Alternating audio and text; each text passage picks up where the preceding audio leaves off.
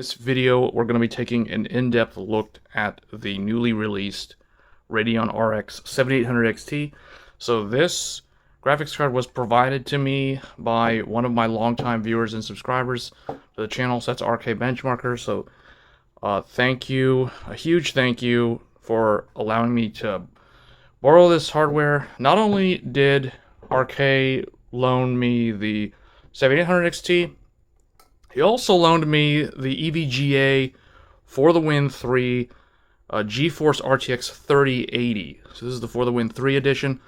So this card is similar in performance to the 7800 XT. So we'll take a look at how these two cards compare. This is like a 250 watt card. That thing is like a massive 370 watt card, so we're going to kind of see like how energy efficient this card is compared to the old 3080. Huge thank you for allowing me to test that, because I think these two cards are quite similar overall, but we will put that to the test to see if that is the case. And then RK also loaned me a GeForce RTX. This is an Asus card. This is the 2080 Super. So I've never actually had my hands on a 20 series GPU ever. I kind of completely skipped that generation.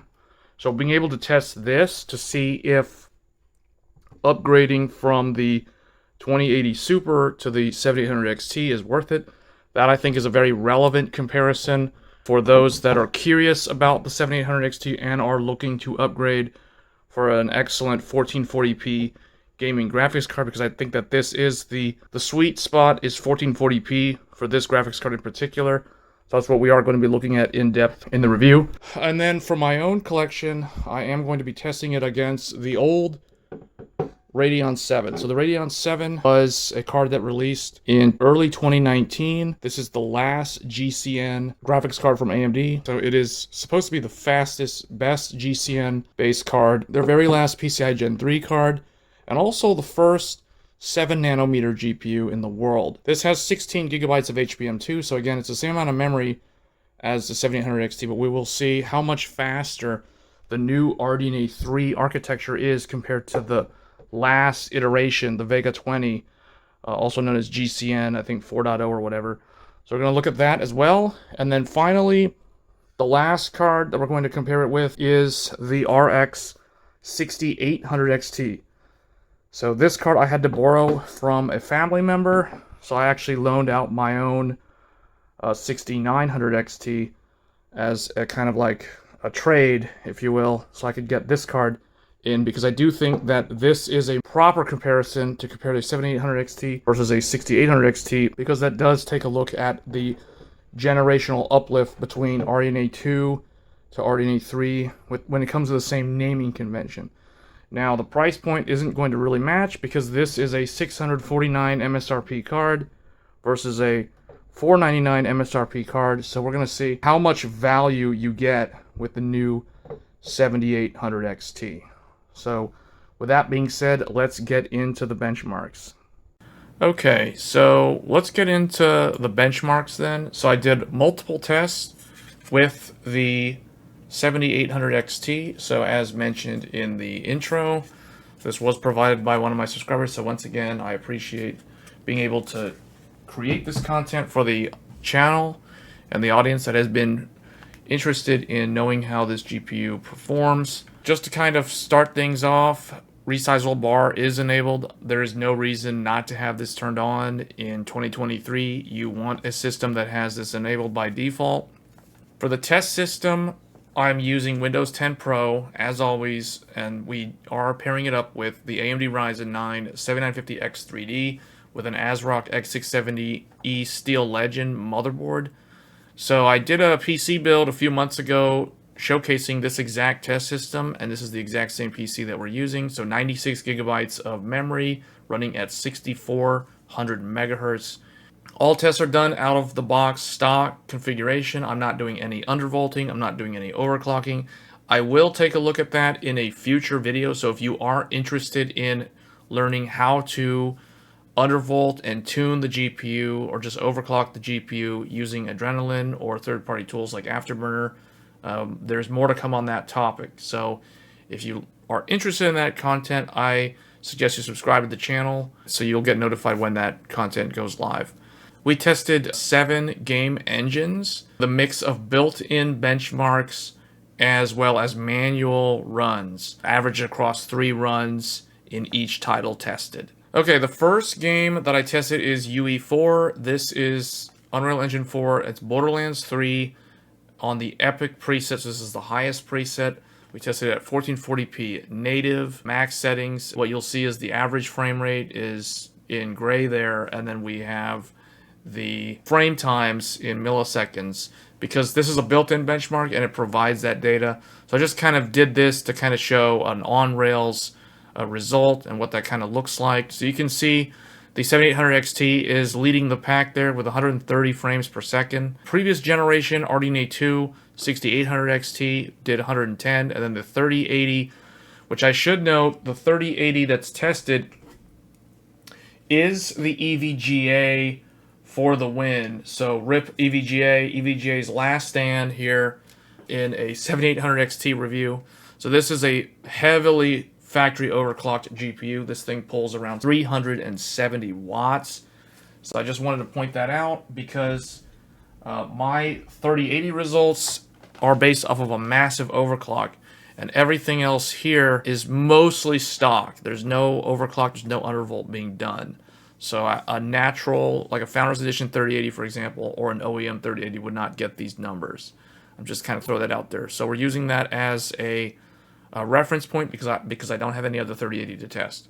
Next, we tested Godfall on Epic preset. This is another UE4 game. Not too different. It did do 138, but compared to the other GPUs, it didn't pull that far ahead of the 6800 XT. But compared to the older generation, like GCN, for example, so that did 80 FPS, and then the 2080 Super, so that's NVIDIA's first RTX generation after they moved away from GTX. So that one did 85. So it does significantly better than the previous generation.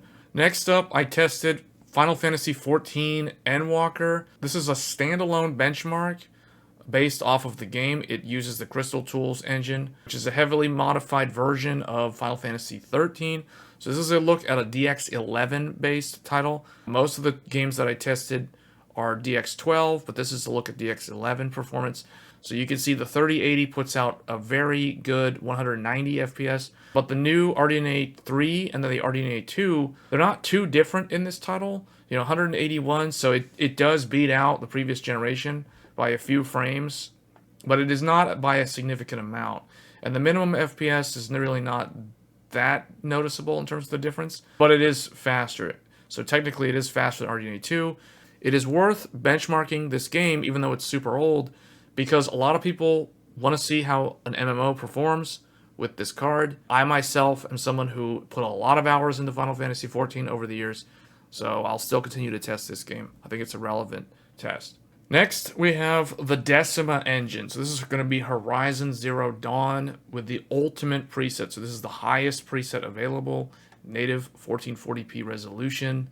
You can see here 159 FPS average, 64 FPS minimum. So it had the best results. Compared to the previous generation, it is significantly faster than the previous generation. Next, we have Far Cry 6. Far Cry 6 is on the Dunia engine, so this is another one that is a unique engine. The game has options for DXR. We are not testing with DXR. We may look at ray tracing in a future video. I do have one ray tracing test that is coming up real soon. That's going to be Quake 2. So we'll look at how path tracing works on this card. But for Far Cry 6, you can see the card is the chart topper at 141 FPS with a minimum of 128. So this is silky smooth on like a high refresh monitor. So next up, speaking of Quake 2, so I tested Quake 2 RTX because I know there's a lot of interest in path tracing and how this GPU performs.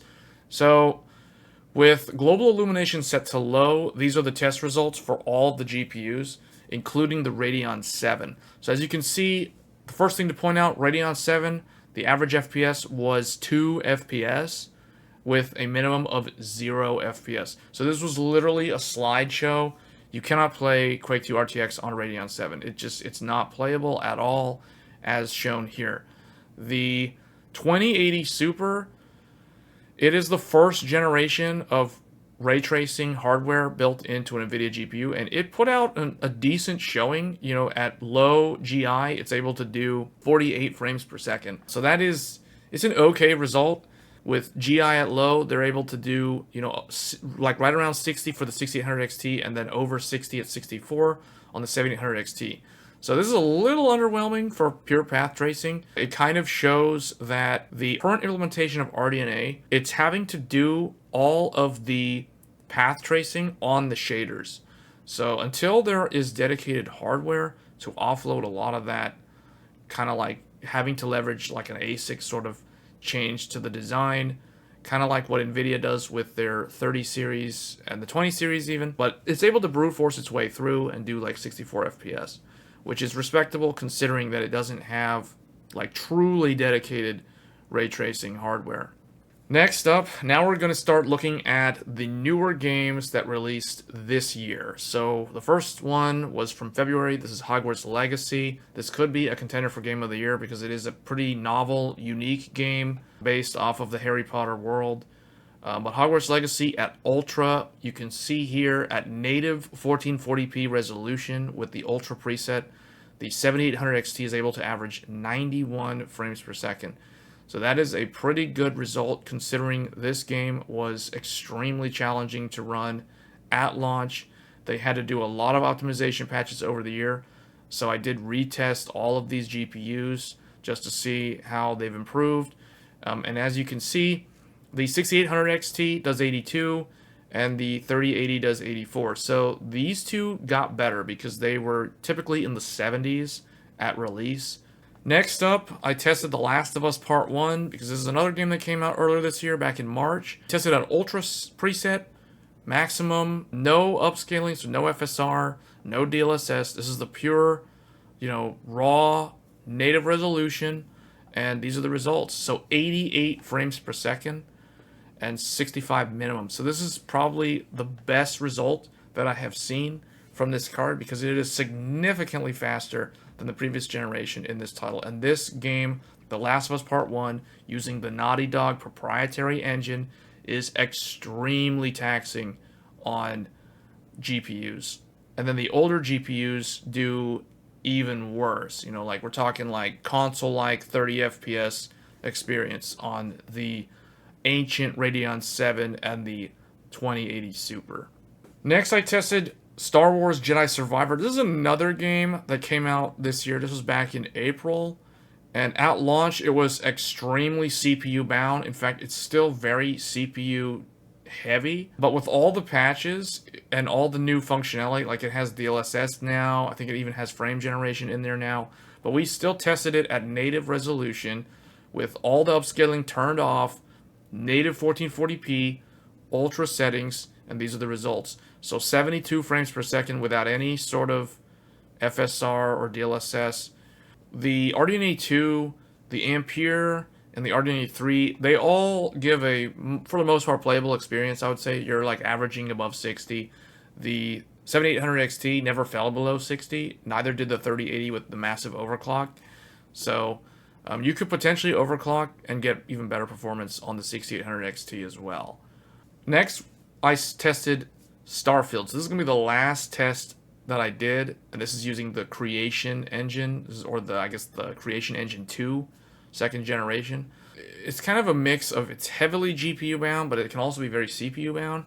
So that's why I kind of eliminated the CPU bottleneck, because I tested this on Titan, where there's not a lot of NPCs around, just to give us the full GPU performance numbers. So you can see the 7800 XT, I don't know what it is about RDNA 3, but the RDNA 3 GPUs are so optimized for this game compared to everything else. The RDNA 2 GPUs do okay, but if you go up in resolution, then the RDNA 2 GPUs start looking pretty bad. All of the NVIDIA cards seem to be underperforming. In general, the 3080, it is where it should be relative to the 6800 XT. You know, it's kind of like just trailing it. But the 7800 XT looks significantly better than the RDNA 2 GPU in this title. So that is saying a lot considering how hard this game is to run. So if you like Starfield, you like Bethesda games, The RDNA 3 GPUs are definitely the way to go over the RDNA 2 GPUs or any of the NVIDIA equivalents. In fact, you can still get Starfield for free if you purchase an AMD GPU. I think as far as I know, that's still a thing.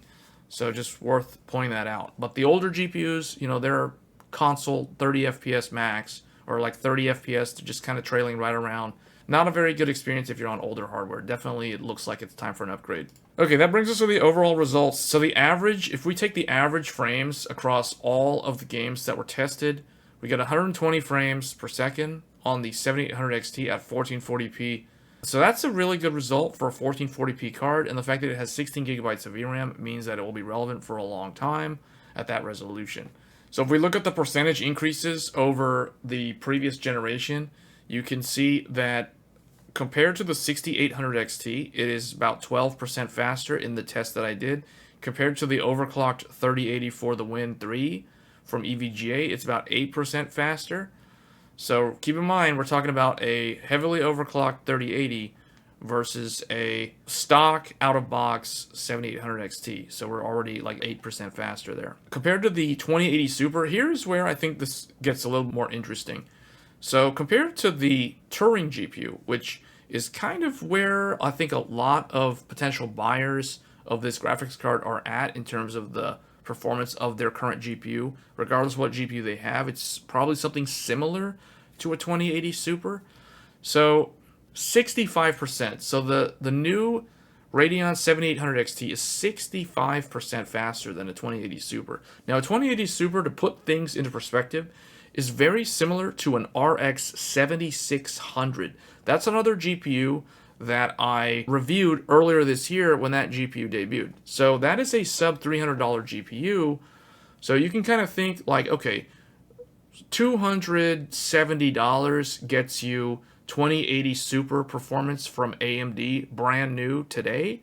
So if you bump up to like a $500 GPU, now you're 65% faster for almost double the money. So that is an interesting thing to look at, because I think if you're on 1080p, the 7800 XT is kind of overkill at that resolution, but it is certainly a future-proof solution for 1080p. But for 1440p, I think the 7800 XT makes the most sense. And compared to an even older GPU, like a 1080 Ti or a Radeon 7, because those two GPUs were very similar, we're talking 98% faster. That's almost 100%. You might as well just round that up to 100%.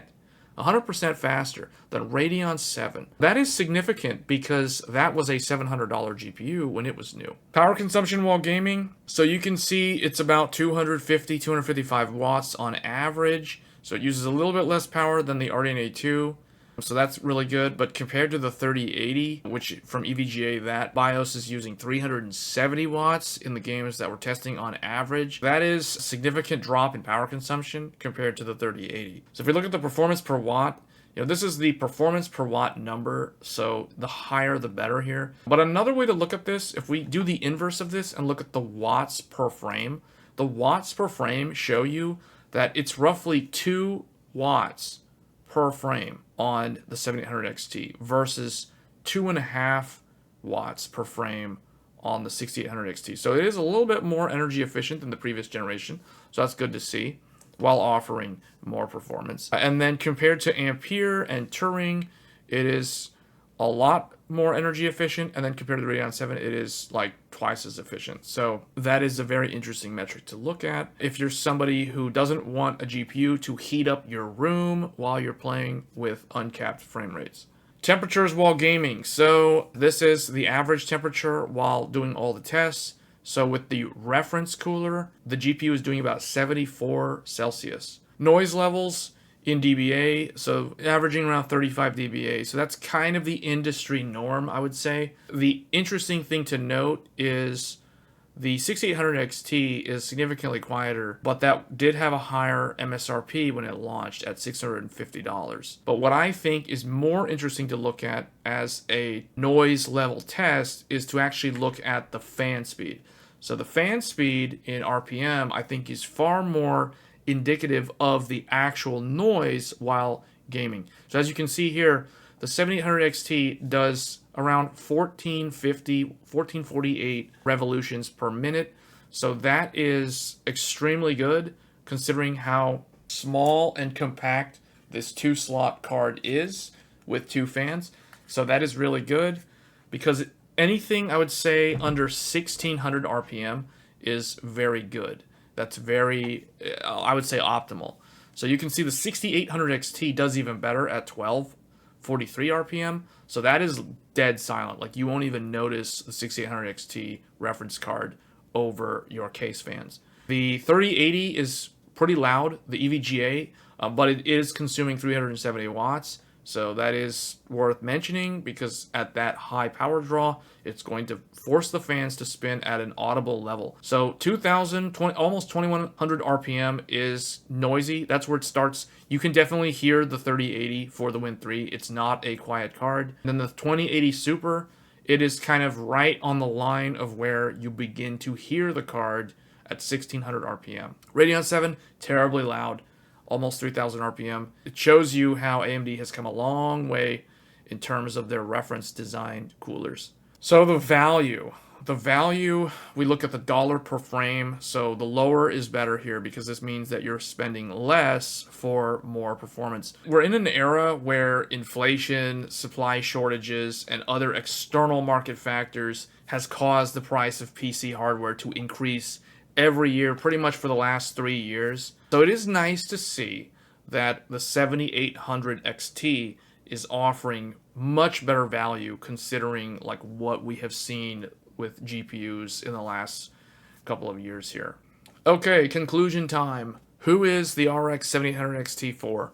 Well, 1440p is the target resolution. That's the reason why all the tests that I did were only 1440p. I didn't test 1080. Because I think $500 is a little bit too much money for 1080p. So 1440p is a sweet spot. There has been a lot of migration in the PC gaming market from lower resolutions up to 1440p. So I think that this GPU is the best choice for 1440p. It has 16 gigabytes of VRAM. That is future-proof for 1440p. In addition to that, it includes AV1 encode and decode. So you can watch AV1 footage from streaming sites, and you can also upload or even video edit and encode videos in AV1 using something like DaVinci Resolve. It outperforms other GPUs in its price category. So if you were to take a similarly priced $500 GPU, this GPU is typically going to be faster while offering better value. More hardware, more horsepower, whatever you want to look at it, while being more energy efficient. If you compare it to last gen $700 GPUs like the 2080, the 3080, the $650 6800 XT, this GPU beats all of those GPUs while being significantly cheaper than them. And I think that ultimately is why this GPU is the best GPU of 2023. FSR3, new functionality, all this other stuff. It's great. It's coming down the pipe. It's all roadmapped at this point. But, this time around next year, who knows where we'll be in terms of the value that this GPU is offering. So the last thing I'll say is I recommend considering the AIB custom cooled cards because those will most likely perform better than the reference card by a few percentage points. So it's probably worth spending, like $20 to $50 more for a much better cooler. Not that this cooler is bad, but you get even lower temperatures while getting even higher FPS. I think that's worth considering for most people that are interested in this GPU. So with that said, that is going to be my review of the 7800 XT. If you guys found this video helpful or informative, feel free to like this video. It does help me out. And if you like technology, in-depth coverage like this, if you want to look at like overclocking, build advice, motherboard analysis, deep dives on CPU and GPU, and all things PC gaming, feel free to subscribe to the channel. And with that said, I'm going to go ahead and get on out of here. And once again, thank you all for watching, and I will catch you guys in the next one. Thanks.